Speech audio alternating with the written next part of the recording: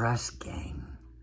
Have you heard of a press gang before?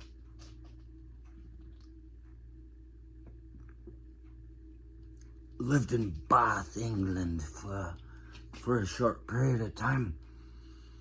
While I was there in my house, renting a room, there was an old World War II vet.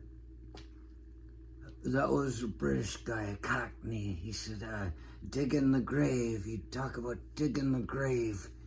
And it meant having a shave and getting your kit, getting your shit.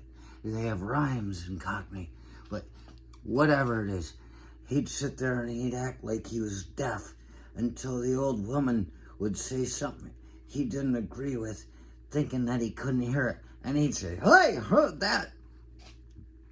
He acted like he was deaf. He was very good. Had a great sense of humor, sitting there all the time in the chair in front of Wheel of Fortune, watching me piss her off because I was pretty good at Wheel of Fortune, better than her.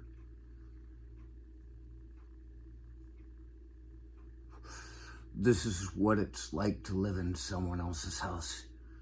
They feed you dinner, wash your clothes, and payment part of it is you have to sit and watch fucking Wheel of Fortune with them.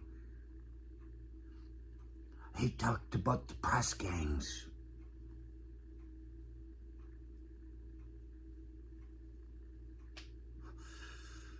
He said he had some kind of cross. It's a military thing in the British side of things. I can't remember what it is.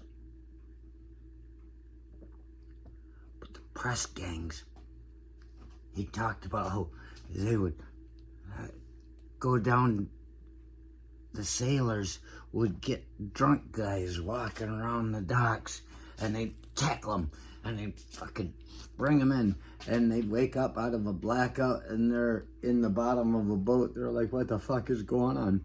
And it doesn't just happen in England. May have started there, and the U.S. learned it a little bit, because last time I was getting my car work done, I was watching MeTV in the auto shop, and there was an old 50s black and white thing of somebody getting beaten up and fighting because they were trying to get him to work in San Francisco. They were going to put him on a boat to Shanghai. They'd get drunk people, so we'd do it here too. Look at that. I heard it. That's what I've always said. Yeah. The only difference between the U.S. and other nations is that other nations admit it when they steal you and make you disappear. The U.S. just makes you disappear. You'll never hear about him again. I don't know. He went out in the field. That's the last we saw of him. There you go, off the fucking California Zephyr, somewhere outside of, Spokane, Washington. You'll never be seen again. But it doesn't just stop with people getting beaten in the movies and taken and put on a slow boat to China. It doesn't just stop with the guy with the Naval Cross, whatever the hell it is, Victorian Cross, whatever, in England. It doesn't just stop with the military and shipping. I just saw a commercial for Scientology.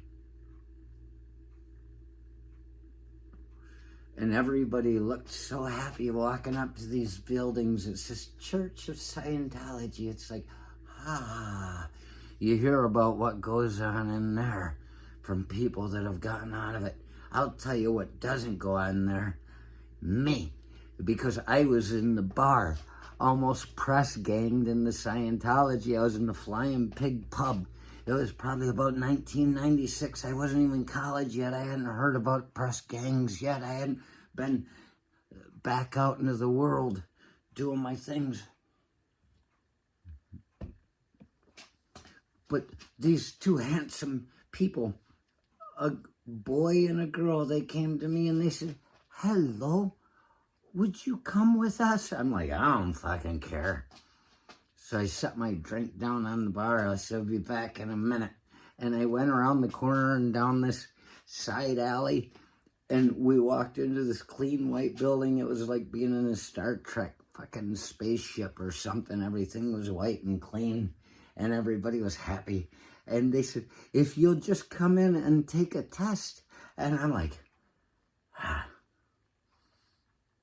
They told me they were Scientology at that point, but I didn't really know what it was about. I got a book by L. Ron Hubbard over here. I'm afraid to read it because it might just make too much sense.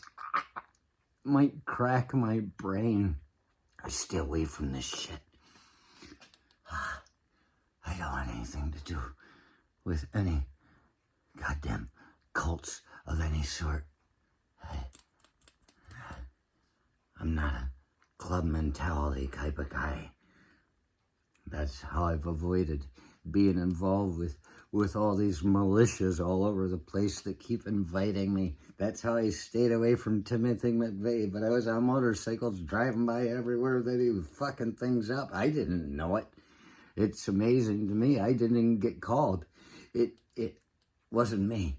I didn't do it. But they're the Scientologists. They pull you in. They want you to take a test. And at that point, you look and say, I'm gonna go finish my beer. I don't need to be involved with anybody that's so fucking crazy to believe that somebody can tell them what's better for them when what they know is best for themselves.